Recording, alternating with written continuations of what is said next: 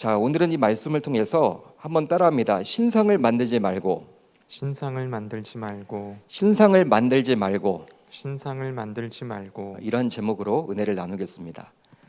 출애굽기는요, 영어로 엑소더스입니다. 엑소더스.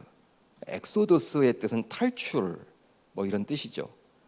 그러다 보니까 출애굽기 하면 애굽에서 이스라엘 백성들이 탈출한 사건을 떠올리는 경우들이 상당히 많아요. 우리가 여러분 출애굽기는 40장까지 기록이 되어 있는데 대부분의 사람들이 어디에 머물러 있냐면 홍해가 갈라지는 거. 이 출애굽기 여러분 그런 장면이 나오죠. 그 부분에 대해서 이야기들을 참 많이 해요. 실제 이집트 왕자나 십계라는 영화를 보더라도 홍해가 갈라지는 그 스펙타클한 사건에 초점이 다 맞춰져 있다 보니까 우리의 뇌리에 강하게 각인되다 보니까 출애굽기 하면요, 이스라엘 백성들이 탈출기에 머물 때가 상당히 많습니다.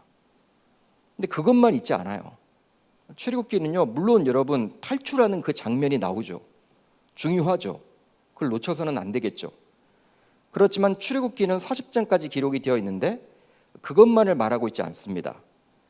바로 시내산에서 하나님께서 자신의 백성들과 맺은 언약 체결이 나온다라는 거예요.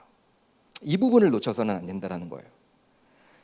실제 시내산에서 이스라엘 백성들은 장시간 동안 머물게 되는데요, 오랜 기간 동안 머물게 됩니다. 떠나지 않고 그곳에 머물러요. 그 기간 동안 그곳에서 이스라엘 백성들은 이제 하나님과 언약을 맺게 되는데요, 그러기에 이 언약을 모세 언약 혹은 시내산 언약이라고 부르는 거예요. 물론 그 이전에도 하나님께서는 노아와도 언약을 맺으셨죠. 노아, 그리고 아브라함과도 언약을 맺으셨습니다. 하지만 시간이 흘러갑니다. 그럴수록 어떻게 돼요? 이스라엘 백성들은 이 언약을 점점 잊어버리게 되죠. 왜? 인간은 망각의 동물이니까 잊어먹는 거예요. 분명히 하나님께서는 노아와도 언약을 맺어주셨고 아브라함과도 언약을 맺어주셨는데 그걸 드러냈단 말이에요. 그렇지만 점점 시간이 흘러가면서 그 후손들이 그 아브라함과 맺었던 그 언약을 잊고 살아간단 말이죠. 그래서일까요? 이제 하나님께서는 다시금 출애굽 이후에 시내산에서 자신의 백성들과 언약을 맺어주셨습니다. 그렇게 함으로 이스라엘 백성들이 하나님을 놓치지 않고 살아가도록 해주셨던 것이죠. 따라서 출애굽기를 보면서 저와 여러분들이 놓쳐서는 안 되는 것은 무엇이냐면 바로 시내산 언약 체결이라는 거예요. 이 부분을 놓쳐서는 안 됩니다. 시내산 언약 체결. 그렇다면 여러분, 언약, 즉 커버넌트는 무엇입니까? 영어로 커버넌트라고 하는 언약은 무엇일까요? 바로 일종의 약속이라고 볼 수 있죠. 그런데 인간 사이에 하는 약속과는 좀 다릅니다. 사람 사이에 하는 약속은요, 한계가 분명히 있어요. 약속을 지키려고 하지만 불가피하게 약속을 지키지 못하는 경우도 생겨요. 우리가 친구랑 약속을 잡죠. 야, 2시에 강남역에서 보자. 근데 교통이 많이 막히면요, 나는 2시까지 가기를 원했지만 가지 못하는 경우도 생긴단 말이에요. 이 인간이 하는 약속이 대부분 그렇습니다. 약속을 여러분 다 지키려고 하죠, 대부분. 우리가 여러분 돈을 누구한테 꾸었을 때에도 갚겠다라고 이야기합니다. 일부러 안 갚으려고 하는 사람들은 거의 악한 사람일 뿐이지 대부분은 갚으려고 해요. 그렇지만 상황이 갚지 못하는 경우도 생기곤 하죠. 이게 바로 저와 여러분들이 살아가는 사람들 사이의 약속이란 말이에요. 하지만 하나님께서 맺어주신 언약은 하나님의 속성상 한계가 없습니다. 하나님은요, 완전하신 분이죠. 완전하신 분이에요. 못하는 것이 없으신 분입니다. 무소부지하신 분이고 전지전능하신 분이세요. 그렇기 때문에 한계가 없으시죠. 그러니까 그분이 맺어주신 언약은요, 반드시 이루어지는 거예요. 여러분 믿으시면 아멘. 믿으시면 아멘. 이것이 바로 언약이죠. 따라서 이 언약을 붙들고 살아간다면 어떠한 형편을 만나더라도 이 세상에서 승리하며 살아갈 수 있게 되는 거예요. 또 평안을 가지고 살아갈 수가 있게 되는 것이죠. 불안하지 않습니다. 왜? 그분은 그렇게 약속을 해주셨기 때문에 그분의 약속이기 때문에 우리가 의심만 하지 않는다면 그건 이루어진단 말이에요. 그렇기 때문에 어떠한 형편에 놓여 있더라도 우리는 결코 불안해하지 않게 되는 것이죠. 이제 오늘 우리가 살펴볼 출애굽기 20장을 보게 되면요, 이제 하나님께서는 이스라엘 백성들에게 율법의 모판이라고 할 수 있는 십계명을 주셨는데요, 이 십계명은 지금도 여전히 신앙생활을 하고 있는 저와 여러분들이 반드시 지켜야만 하는 메시지를 담고 있습니다. 이렇게 중요한 것이 바로 십계명이기에 성경에 무려 2번씩이나 기록이 되어 있죠. 우리가 오늘 읽었던 이 앞부분에 나와 있는 출애굽기 20장과 또 신명기 5장에도 동일하게 기록이 되어 있다는 거예요. 그런데요, 하나님께서는 이스라엘 백성들에게 십계명만 주시지 않고 바로 백성들에게 강림을 하셨습니다. 자, 오늘 말씀 18절을 볼까요? 우리 18절 같이 읽어봅니다. 시작. 뭇 백성이 우레와 번개와 나팔 소리와 산의 연기를 본지라. 자, 하나님께서는요, 우레, 그리고 번개, 그리고 나팔 소리, 그리고 산의 연기를 통해서 임재를 하셨습니다. 좀 특이한 방식이죠. 특이한 방식입니다. 우레, 번개, 나팔 소리와 산의 연기. 그러니까 산에 있는 구름이라고 보시면 돼요. 한마디로 피조물인 우리 인간이 감히 범접할 수 없는 방식으로 임재를 하신 것이죠. 독특한 방식이에요. 특수한 방식입니다. 이런 하나님의 임재를 보게 된 백성들은 이제 죽음에 대한 두려움을 갖게 되었는데요, 어떻게 기록이 되었느냐? 바로 다음의 말씀입니다. 그들이 볼 때에 떨며 멀리 서서 모세에게 이르되 당신이 우리에게 말씀하소서 우리가 들으리이다. 하나님이 우리에게 말씀하시지 말게 하소서 우리가 죽을까 하나이다.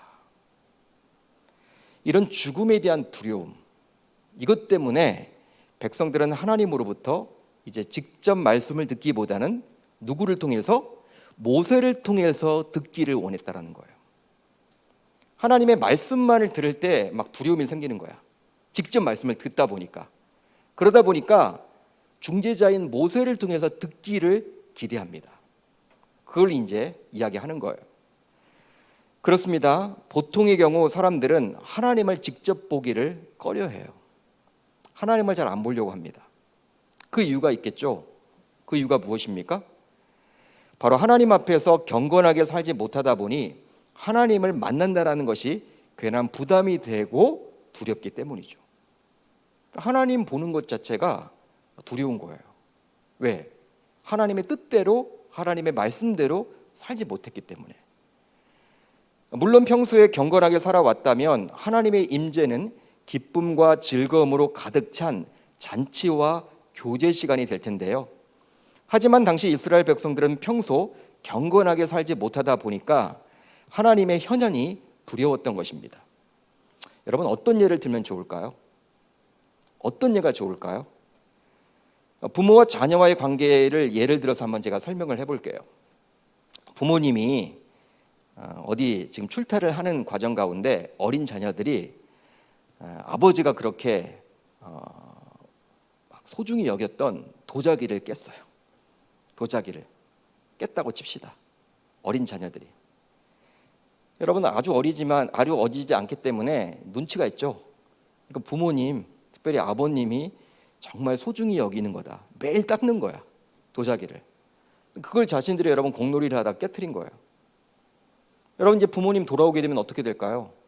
부모님 몰라요. 그 도자기 흔적을 여러분 없앴기 때문에 잘 여러분 몰라. 우선 들어왔을 때 어떡할까?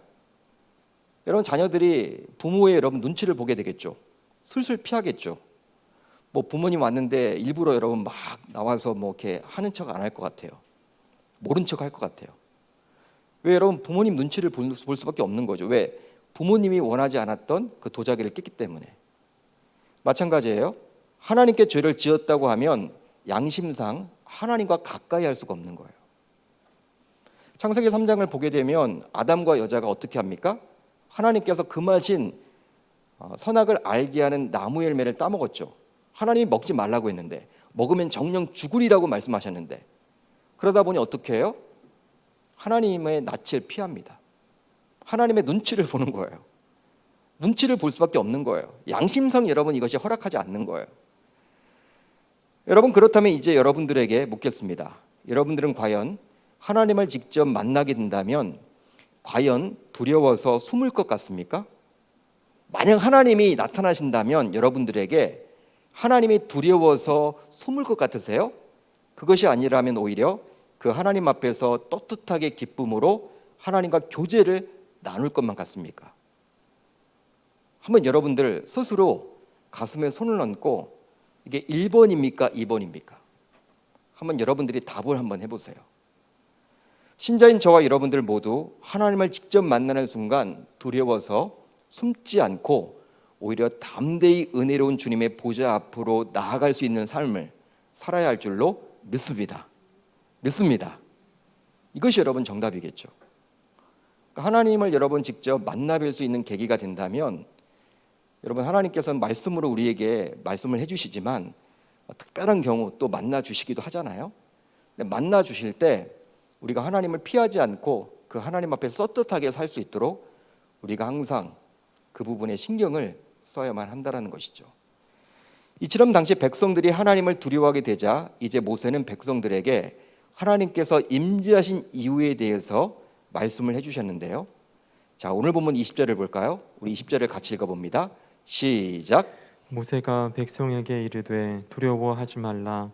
하나님이 임하심은 너희를 시험하고 너희로 경외하여 범죄하지 않게 하려 하심이니라. 자, 여러분, 이 말씀 보시면요, 모세는 하나님께서 이날 시내산에서 이스라엘 백성들을 찾아오신 것은 이들로 하여금 하나님에 대한 경외, 즉 경건한 두려움에 휩싸이도록 하기 위함이라고 말씀해 주셨습니다. 경건한 두려움. 한마디로 두려운 광경에 하나님의 현현을 마음에 새기고 평상시에 경건과 거룩한 삶을 살도록 하는 자극으로 삼으려 했다는 거예요. 바로 백성의 삶에 하나님에 대한 건전한 두려움이 있을 때 그만큼 신앙생활을 영위하는 것이 수월해지고 의미가 생기기 때문이죠. 그것뿐 아니라 하나님을 건강하게 두려워한다면 죄를 덜 짓도록 하는 것도 사실이라 할 수 있습니다. 여러분, 모세가 지금 백성들에게 두려워하지 말라고 하죠. 근데 그 두려움과 앞부분에 나와 있는 두려움과 이렇게 하나님께서 임재하신 것이 바로 너희들로 하여금 하나님을 경외하도록 하기 위함이다. 이렇게 나와 있는 그 경외와는 다르다라는 거예요. 뒤에 나와 있는 그 경외는요, 건강한 두려움을 말합니다. 따라서 당시 백성들이 하나님의 임재를 두려워했다라는 것은 하나님을 경외하는 것과는 분명히 다른 두려움이라고 볼 수 있는데요. 즉 경외는 너무나도 흠모하고 좋아하기에 감히 함부로 하나님께 다가갈 수 없는, 즉 건강한 두려움이라 할 수 있습니다. 너무 좋다 보니까 함부로 대할 수 없는 거예요. 여러분들이 정말 존경하는 인물들이 있죠. 진짜 여러분들이 아끼는 분들이 있죠. 흠모하는 분들이 있죠. 그분들을 만나게 되면요, 어떻게 해요? 말도 잘 안 나오죠. 너무 좋으니까 어떻게 할 줄 몰라요. 그런 분들을 만나면요. 그러니까 여러분, 함부로 대할 수 없는 거예요. 어려운 거예요, 한마디로. 그런 어른들을 만나게 되면, 그런 분들을 만나게 되면. 그러니까 어렵다라는 것은 무엇입니까? 대하기가 어렵다라는 것은 두렵다라는 의미가 있는 것이죠. 그러니까 공경하면서 두려운 것이 바로 경외라는 의미예요. 당시 그렇지만 백성들은 어떤 두려움을 가지고 있었습니까? 바로 하나님께 죄를 지음으로 하나님으로부터 정죄를 당할까 봐 염려했던 무서움임을 알 수 있는 것이죠. 그러니까 일반 백성들이 그 당시에 두려워했다라는 것, 하나님이 말씀하실 때, 하나님이 임재할 때 두려웠다라는 것은요, 진짜 그건 무서운 거예요. 왜? 심판받을까 봐. 하나님 앞에서 떳떳하게 살지 못했기 때문에, 하나님의 말씀대로 살지 못했기 때문에 오는 그 심판을 당할까 하는 그 무서움을 말하는 것이고, 지금 모세가 백성들에게 경외라는 단어를 쓰면서 이야기를 하지 않습니까? 그 경외는 건강한 두려움을 말한다라고 볼 수 있습니다. 실제로 창세기 39장을 보게 되면요, 요셉이 보디발의 아내의 노골적인 성적인 유혹을 이길 수 있었던 것은 하나님을 두려워했기 때문이에요. 그러니까 여러분, 하나님을 경외하게 되면요, 이 죄를 멀리하게 됩니다. 그러니까 여러분 지금 모세가 백성들에게 그걸 요구하고 있는 것이죠. 너희들은 하나님을 경외해야 돼. 그렇게 해야지만 죄를 덜 지어. 그걸 지금 이야기해주고 있는 거야. 하나님께서 왜 임재하셨냐? 하나님께서 왜 지금 말씀하시느냐? 바로 너희들로 하여금 그 하나님을 경외하게 함으로 죄를 덜 짓도록 하기 위한 것이다 라고 지금 말해주고 있는 것이죠. 여러분 창세기 39장을 보게 되면요, 보디발의 아내가 그렇게 유혹을 하잖아요. 성적으로. 근데 여러분 요셉은 넘어가지 않습니다. 바로 어떻게 이야기합니까? 그런즉 내가 어찌 큰 악을 행하여 하나님께 죄를 지으리까? 누구를 떠올렸어요? 그런 성적인 유혹 앞에서도 사람이 보이지 않고 누가 떠올려졌습니까? 하나님, 여호와 하나님. 하나님을 경외하는 요셉이었기 때문에 아무리 보디발의 아내가 성적 유혹을 한다 하더라도 이것은 분명히 죄라는 생각을 할 수 있었던 것이죠. 그만큼 평상시 경건한 두려움, 즉 하나님을 경외하는 것은 우리의 신앙생활에 있어서 몹시도 중요하다고 할 수 있습니다.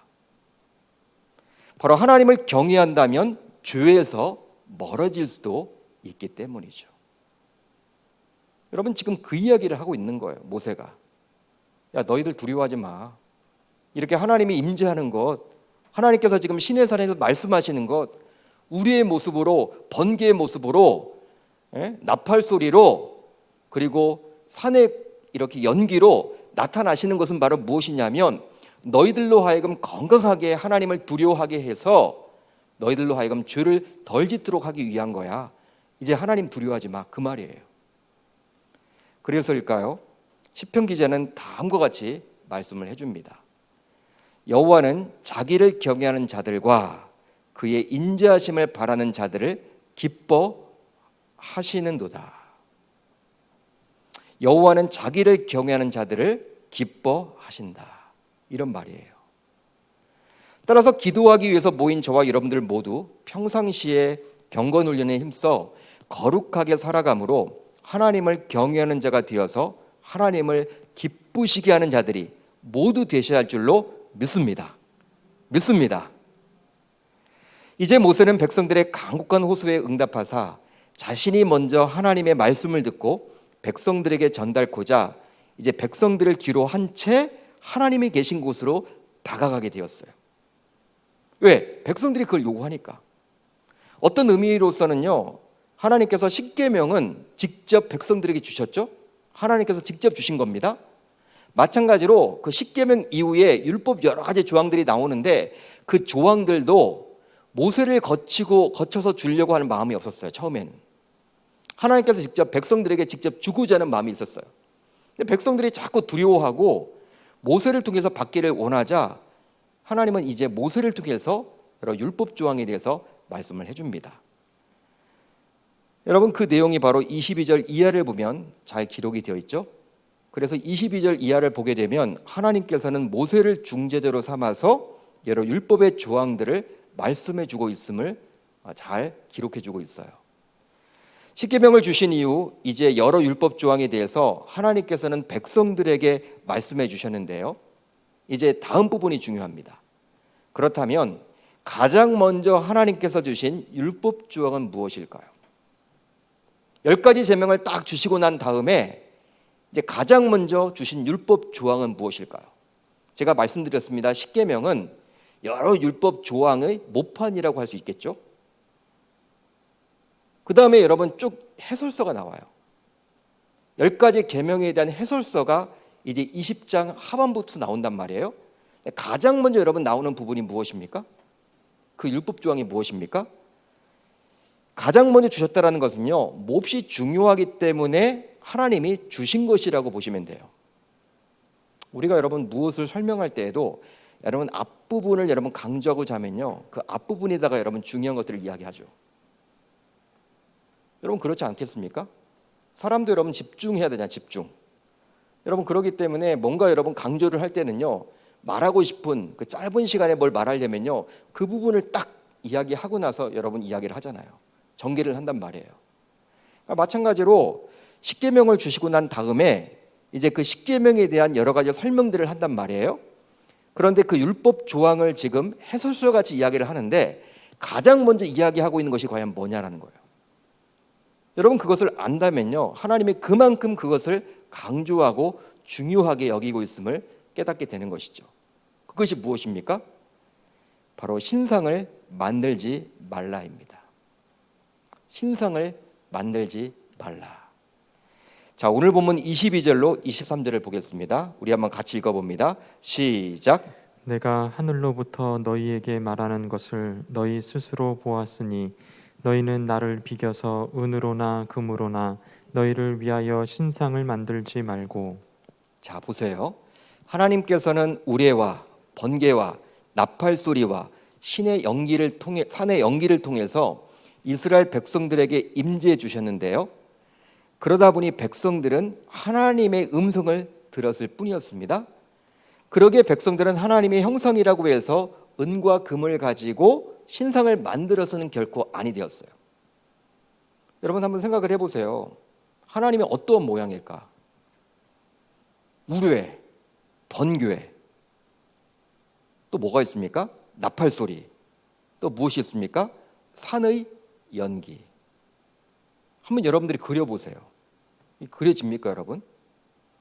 이 네 가지가 여러분 다 지금 복합적으로 돼 있죠? 그런 모습으로 하나님이 지금 말씀하신단 말이에요. 그러니까 하늘을 쳐다보니까 그것만 보여. 하나님께서 말씀을 하고 계세요. 여러분 그렇다면 여러분 우리의 말이라는 것은요, 이렇게 모양이 없죠. 공중에서 여러분 흘러가는 거죠. 그러니까 하나님이 어떠한 모양일까? 그러니까 여러분 설명이 불가능한 거예요. 설명이 불가능한 겁니다. 소리만 들리는 거예요. 쳐다보니까 우리가 있어. 쳐다보니까 번개가 있죠. 쳐다보니까 나팔 소리가 들려. 쳐다보니까 산에 구름이 가득 차 있어. 그러니까 소리는 나와. 그럼 하나님은 과연 어떠한 모습일까? 여러분 어떤 모습일까요? 설명이 불가능한 거예요. 여러분 그렇기 때문에 은과 금으로 어떤 형상을 만들어서는 아니 되는 거예요. 만들어서 그것이 하나님이라고 이야기해서는 아니 되는 거예요. 하지만 아무리 하나님을 믿고 섬기는 백성이라 하더라도 애굽에서 눈에 보이는 신을 섬기는 모습을 가까이서 지켜봐왔던 터라 자신들도 이제 하나님의 신상을 만들어서 섬기려 했던 것이죠. 애굽에서 종노릇을 했습니다. 노예 생활을 했습니다. 근데 애굽 사람들을 보니까 모양을 만들어서 이것이 신이라고 이야기를 하고 있거든요. 그걸 옆에서 다 지켜봤어. 아, 그렇구나. 이제 우리도 자유인이 되었다. 이제 하나님을 우리도 만들자. 보고 배운 것이 그거기 때문에 만들려고 하는 거예요. 여러분 그런데 놀랍게도 애굽에서 다신을 섬겼던 모습을 봐왔던 터라, 다신, 여러 신들을 섬겼던 모습들을 봐왔던 터라 은과 금으로 하나님의 신상을 만들면서도 유일신이 아니라 다신을 만들어서 섬길 마음을 백성들이 가졌었습니다. 여러분 그러기 때문에 영어 성경을 보시면 이렇게 나와 있어요. 20장 23절을 보면 이렇게 나와 있죠. Gods of silver or gods of gold. 여러 신들. 은으로도 여러 신들을 만들었어요. 또 금으로도 여러 신들을 만들었어요. 유일신이 아닙니다. 여러 신들을 만들었다는 거예요. 우리나라 개역개정 성경은요, 그냥 신상을 만들었다라고 나와 있죠. 마치 하나의 신을 만든 것처럼 보이는데 영어 성경을 보게 되면 복수형이야, 복수형. 여러 신들, 다신을 만들었음을 알 수 있는 것이죠. 왜? 애굽에서 그것을 보고 왔기 때문에, 봐왔기 때문에.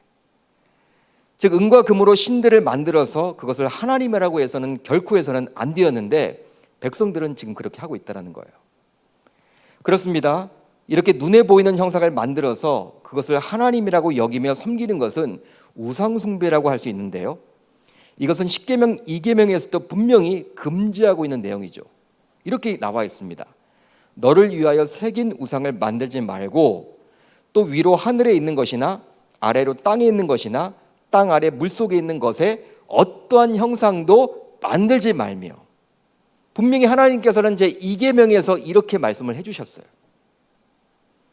그렇다면 왜 하나님께서는 신상을 만들어서 숭배하지 말라고 했을까요? 그 이유가 무엇입니까?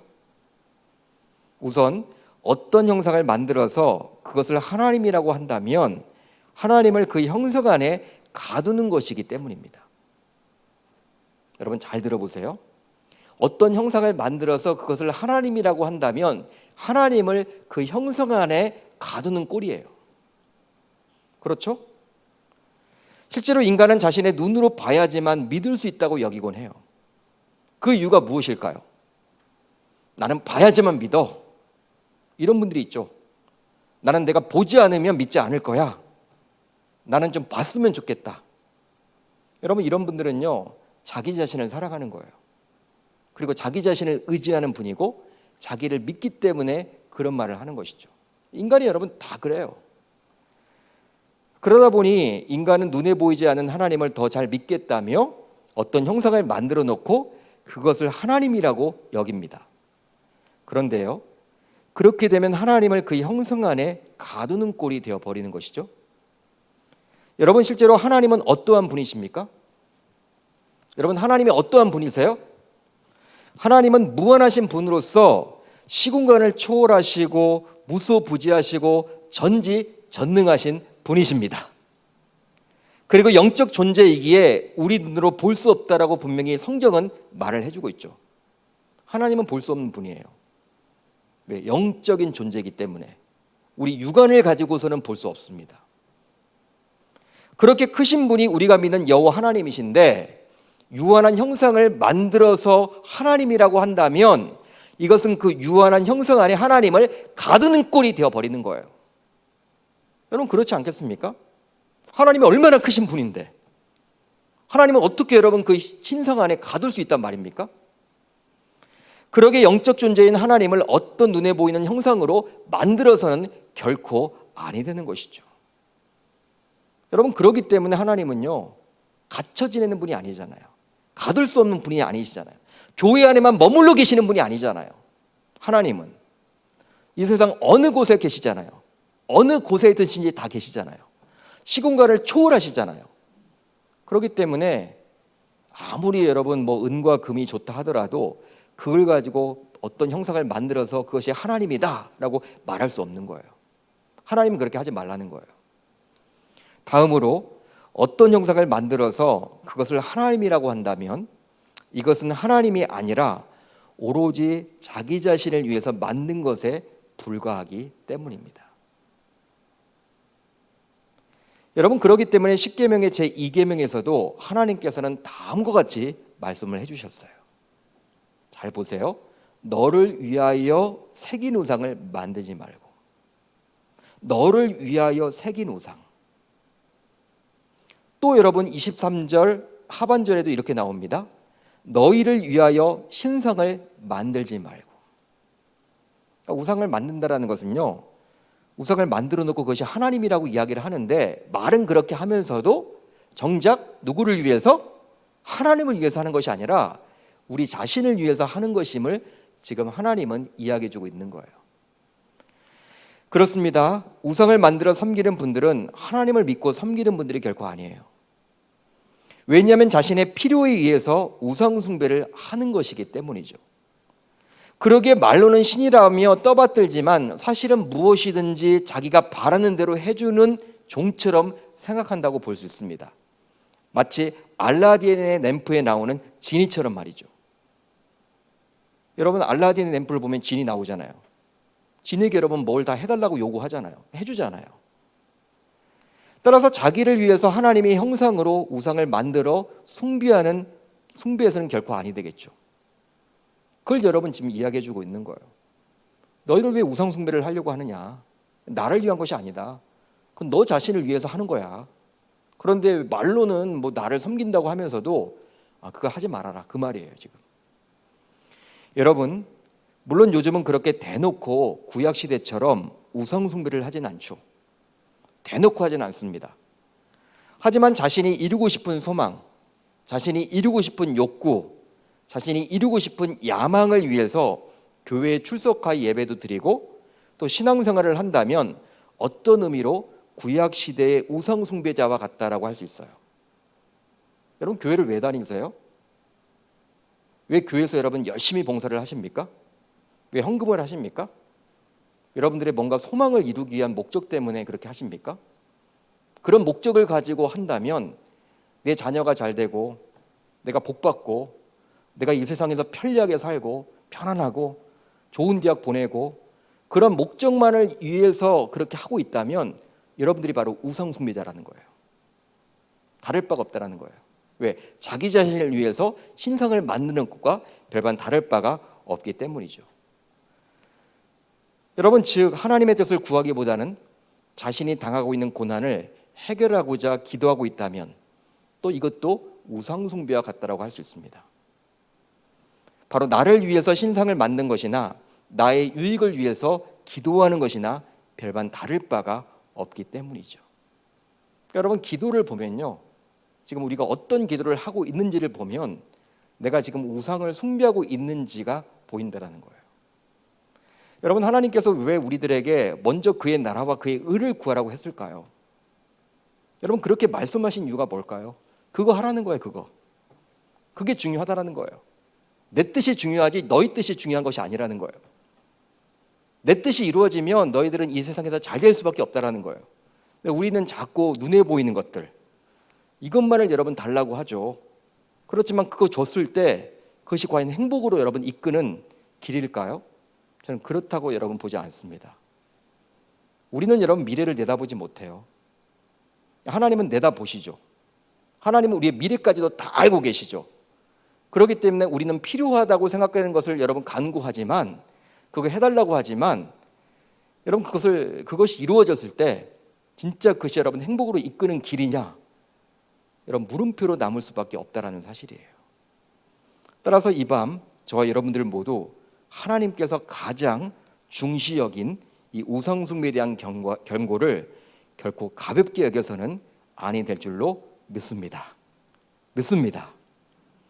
여러분, 기도가 우상 숭배가 될 수 있다는 거예요. 나를 위해서 신상을 만들지 말라고 했는데 나를 위해서, 나의 유익을 위해서, 내 자녀를 위해서, 내 것을 위해서 기도하고 있다면 그게 우상 숭배자와 별반 다를 바가 없다는 사실, 오늘 말씀은 이야기해주고 있습니다. 열심히 신앙생활을 하는 건 좋아요.